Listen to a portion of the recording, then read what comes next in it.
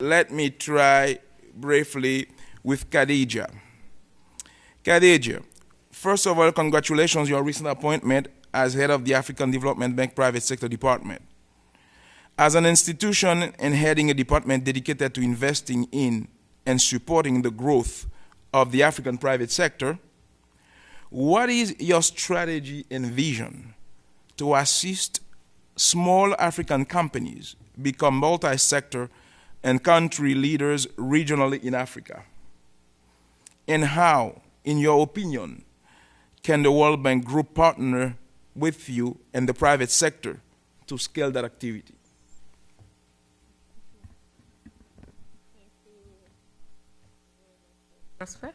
For the sake of time, I will not going to dwell too much. That just gives some insight of initiatives that we are undertaking.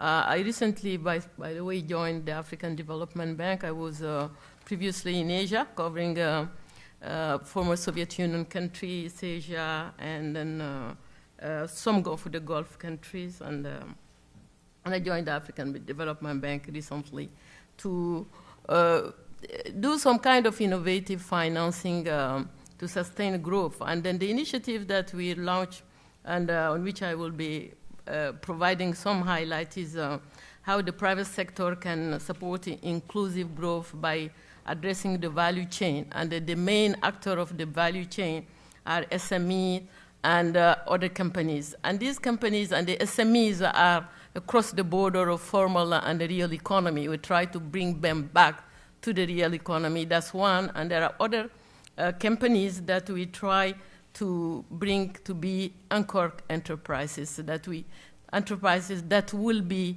active in the value chain by supporting large investment projects.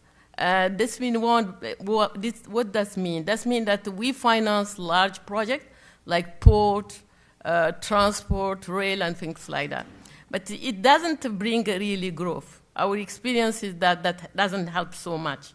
Also, we have tried in the past, like all multilateral, to do direct financing of SME through line of credits. That also did not bring too much effectiveness in and bring value to the chain of growth.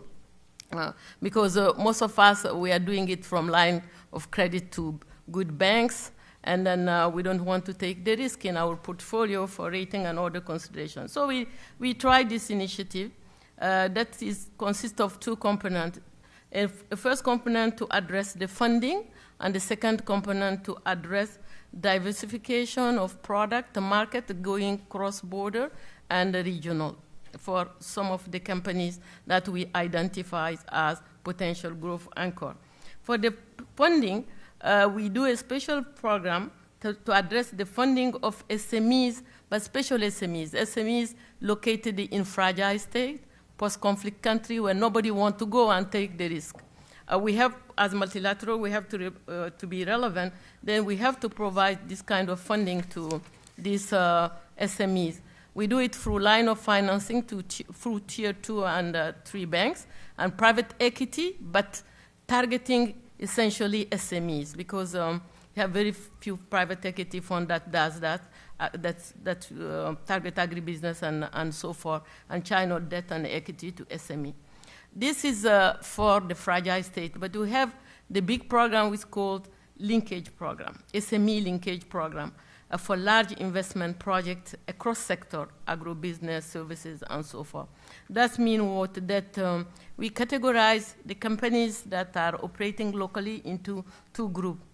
And we have an inclusive industry program, 1, and inclusive industry program 2. This program aims at accompanying the large project we build infrastructure. For instance, we have a port in Nigeria. We try to identify the anchor company that can provide, be both supplier and off-taker of some of the activities of the port. Or we have large infrastructure combining mining, rail, and then port.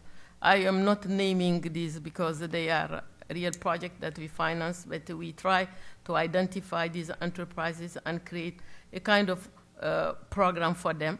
And the program provides seed funding and also technical assistance. And it's more the technical assistance side on which we need cooperation, because we create a seed fund program in order to be able to develop a number of things. We have in that area 6 pilot projects in mining, oil and gas, in order to reshape them a little bit and then develop the capacity, the finance, the management, and even the training of those doing operation and maintenance for electricity project. We also have the expansion of production and the supply of capacity, whereby we try to have some business model that allow them. We provide direct funding, equity, in this company in order to expand their production, diversify the market. But this has to be done through private credit bureau that we are setting that will monitor this company, and also rating, because these companies are not rated. They cannot go international. They even cannot go local, because even local rating agencies are not. In order to look at their finance and then strengthen the way they structure the project, the way they can go through expansion, working closely hand on hand with them in order to grow.